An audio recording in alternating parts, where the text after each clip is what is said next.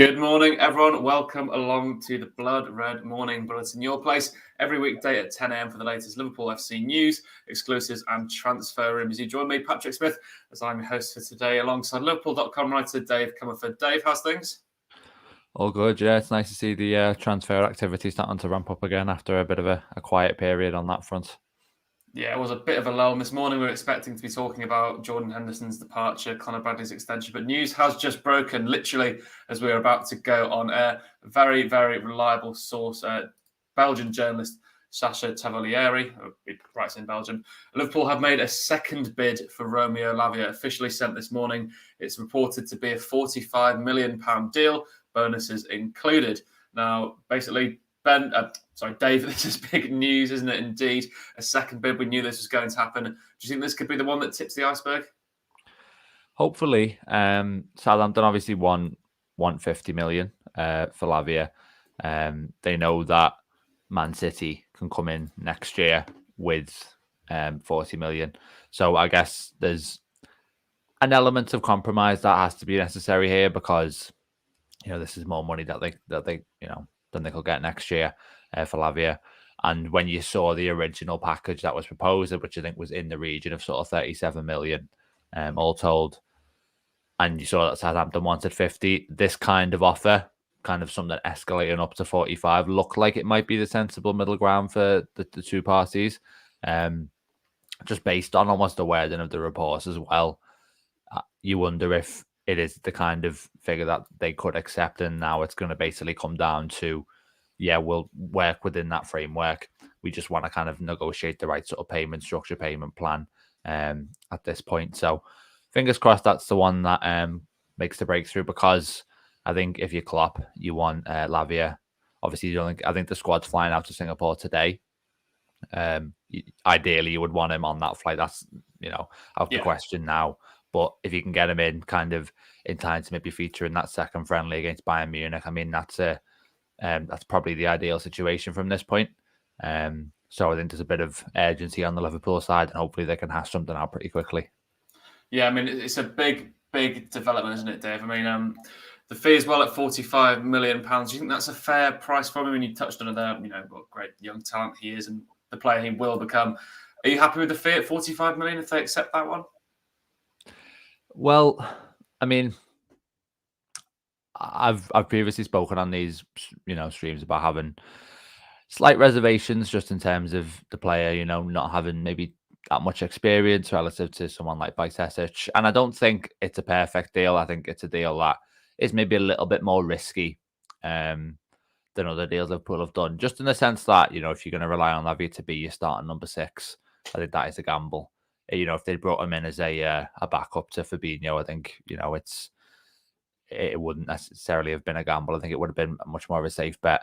But I think in the current market for a player, with this level of hype, a player that Chelsea offered 50 million for last summer, before I think he'd either played about 3 games or something like that, 3 or 4 games.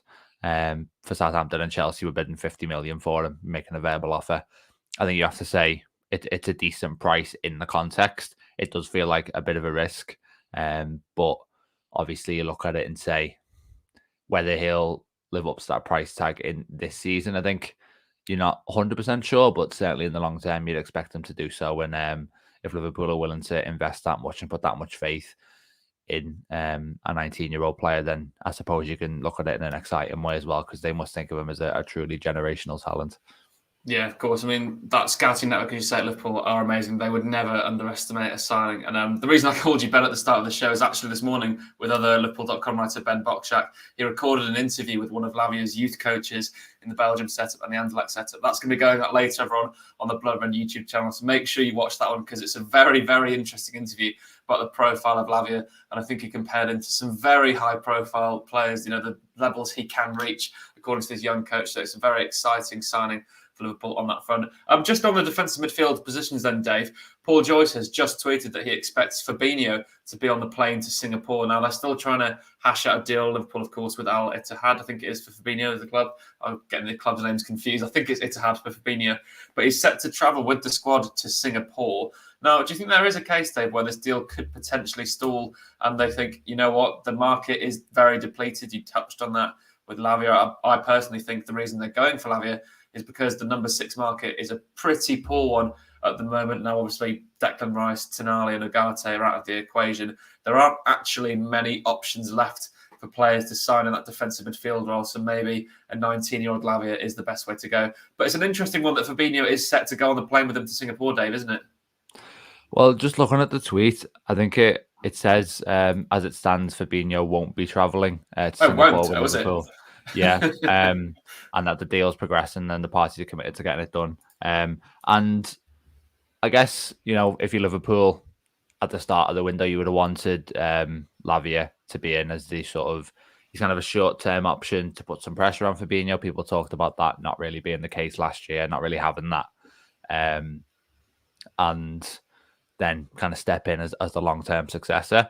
You're not necessarily going to have that. I think now the task has shifted, and it's going to be very interesting to see if Liverpool do bring in another number 6, basically, to try and make sure Lavia is not taking on all the responsibility. But it's not 100% clear why there was necessarily a delay. I saw something yesterday which indicated that Al Ittihad were basically waiting before they were able to register players, and I wonder if that was partly responsible, because I think they made a bit of a breakthrough on that front now. So we'll see if that's what was causing the hold up. But I think, as people have rightly pointed out, if you're Liverpool, you're willing to wait for this deal.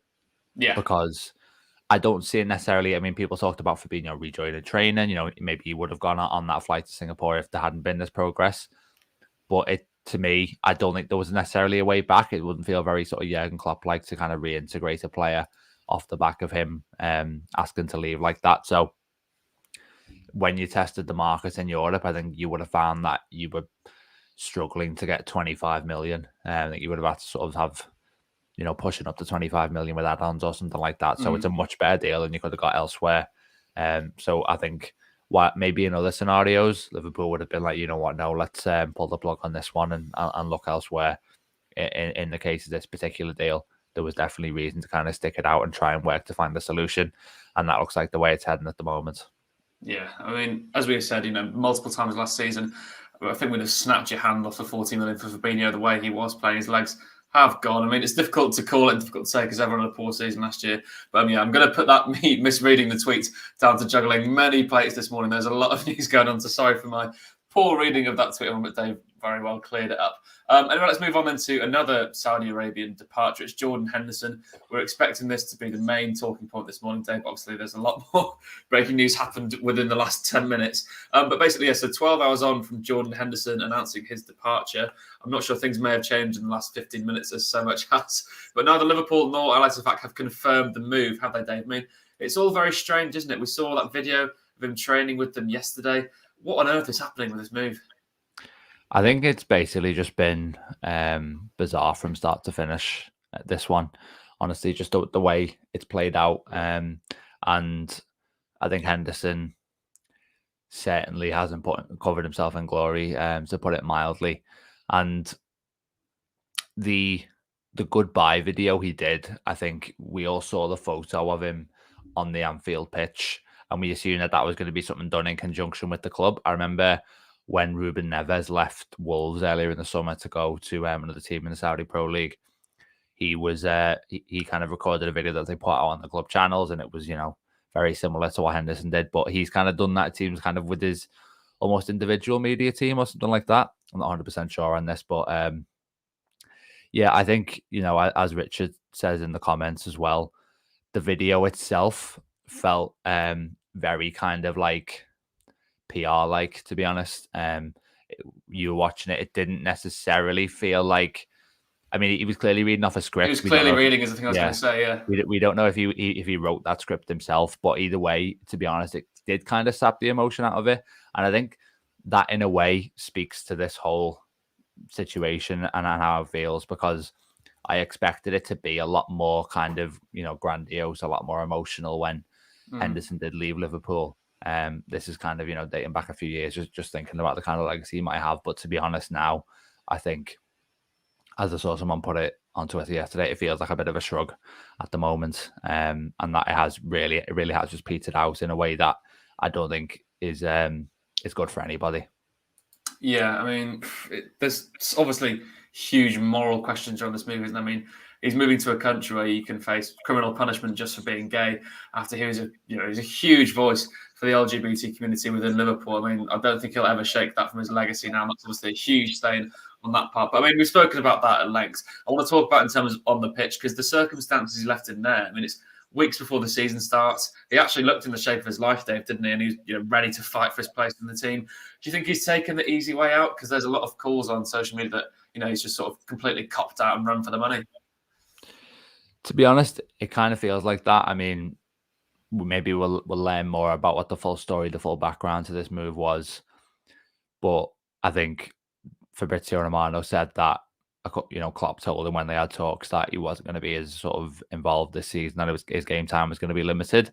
I think maybe that's kind of the background to the move. And in terms of the destination, then I suppose he can look at it and say, because, Henderson, I think, would have been affordable and would have had offers from, Champions League teams, probably. If, obviously not in England, but probably in Europe. But then he's chosen to go, to Saudi Arabia, where he is getting, a huge salary. And I think that is probably what's dictated it in terms of his next step, which is, in a strictly footballing sense, is a shame as well, because whilst I don't think he was necessarily a starting level player for Liverpool, I think he did have a little bit more to give at the top level. And it's always a shame when a player kind of leaves prematurely in that regard, even if they're not going to be, like I say, a crucial sort of starter level player. And I read earlier today that he's had assurances from Southgate that he'll still be under consideration for England selection. So I think that kind of eased one of the qualms he might have had.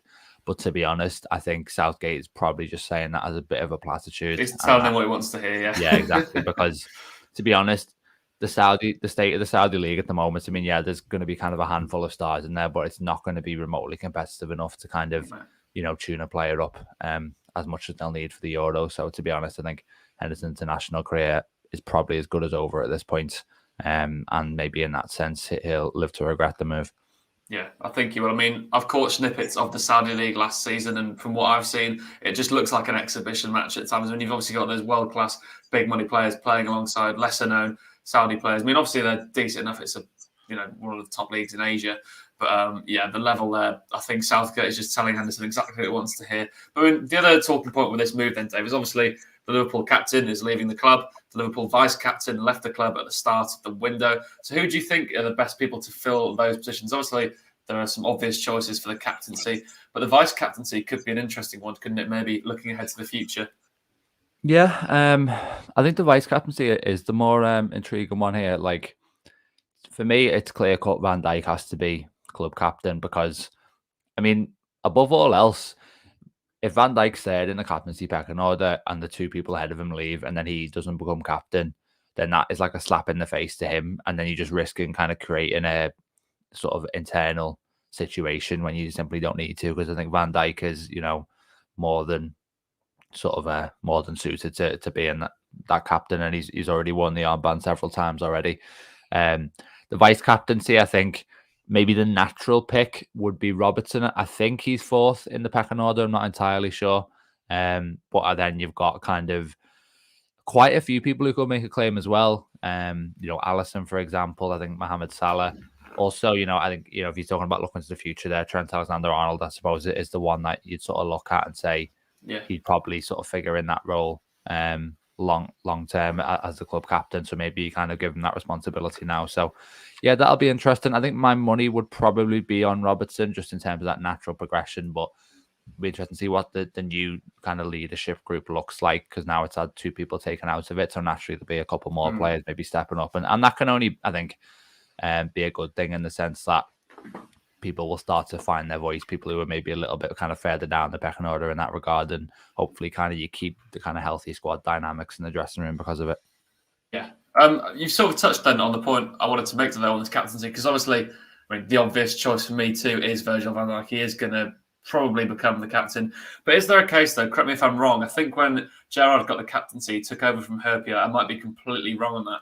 But is there a case where you have a similar situation here where, Van Dijk is 32, he's probably only got 4 years or so left in the side. He could surprise us all and play longer than that. Is there a case of maybe giving Trent, or even I've seen shouts for Curtis Jones now as the longest serving midfielder, for one of those to take on the captaincy, even though Van Dijk will effectively still be the main leader within the team?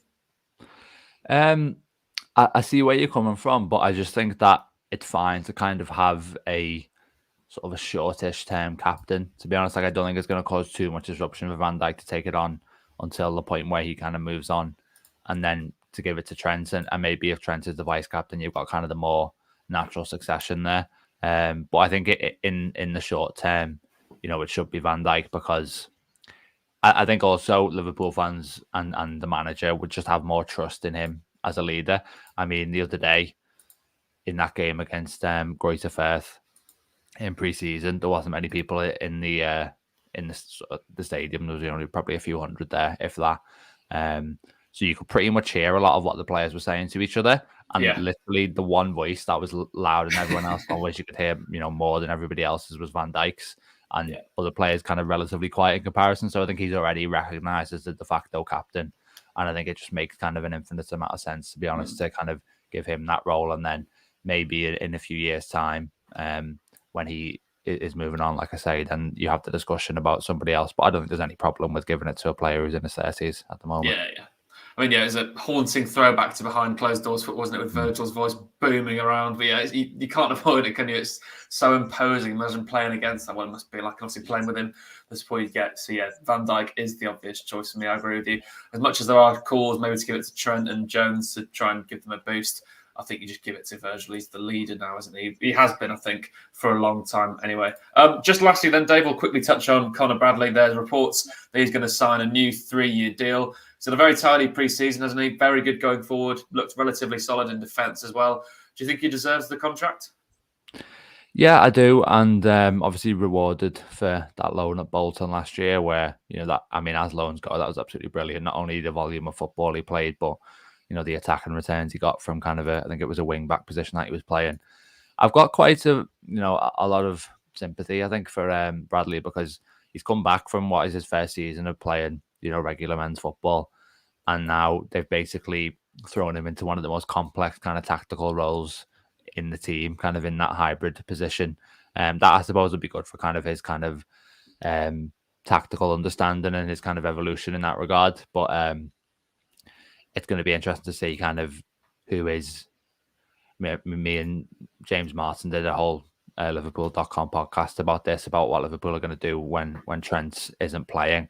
Obviously, we will hope that essentially Klopp uses the same blueprints, but puts him in kind of the hybrid role instead. And maybe we do see that in the League Cup. Probably a bit early to see that in kind of any more meaningful games than that. But I think if you are him, you're encouraged that Klopp's using you in the same way, because it suggests that he does see you as quite a natural deputy. But we'll see obviously how things unfold when the season gets going.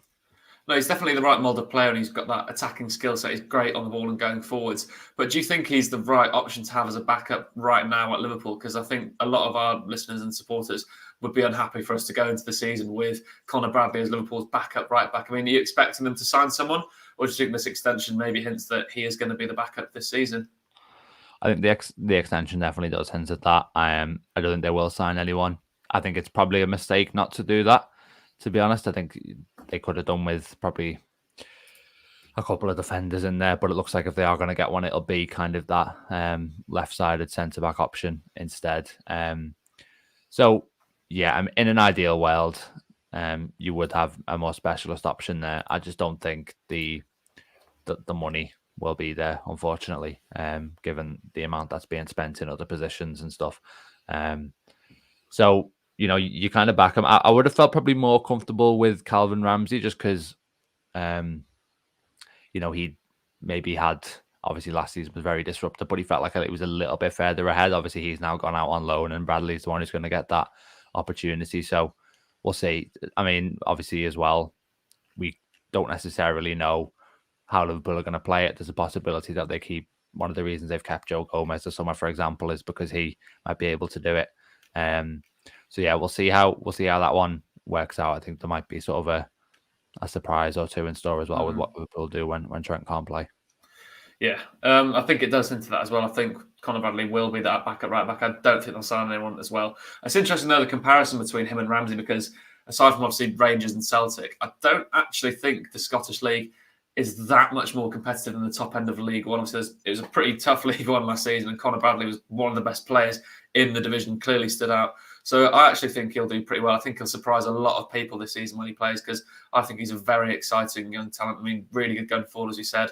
His goal contributions to Bolton last year were very high, and obviously he's more than competent enough defending. So I think we'll see him this year, and I'm actually pretty excited. I think he'll turn a lot of heads and change a lot of opinions on him this season. I hope he does as well. But anyway, yeah, we'll wrap up the show there. Just to confirm, if those of you have joined us late and don't know the news, according to Belgian journalist Sacha Tavolieri, as Dave said at the top of the show, he's been pretty on it with the news on the Romeo Lavia front. So, yeah, there's been a second bid, according to him, for Romeo Lavia, officially sent through this morning on a £45 million deal, bonuses included, for move Romeo Lavia to Liverpool from Southampton. So, yeah, will be interesting to see how that one plays out. Everyone, make sure you're keeping up to date with Liverpool.com and the Liverpool Echo website and socials, because we'll bring you all of the latest news. And, of course, make sure you subscribe to us here on the Blood Red channel, because we'll bring you any news as soon as we have it. But, yeah, for myself, Patrick Smith, and Dave Comerford, thank you so much for joining us. Catch you again soon.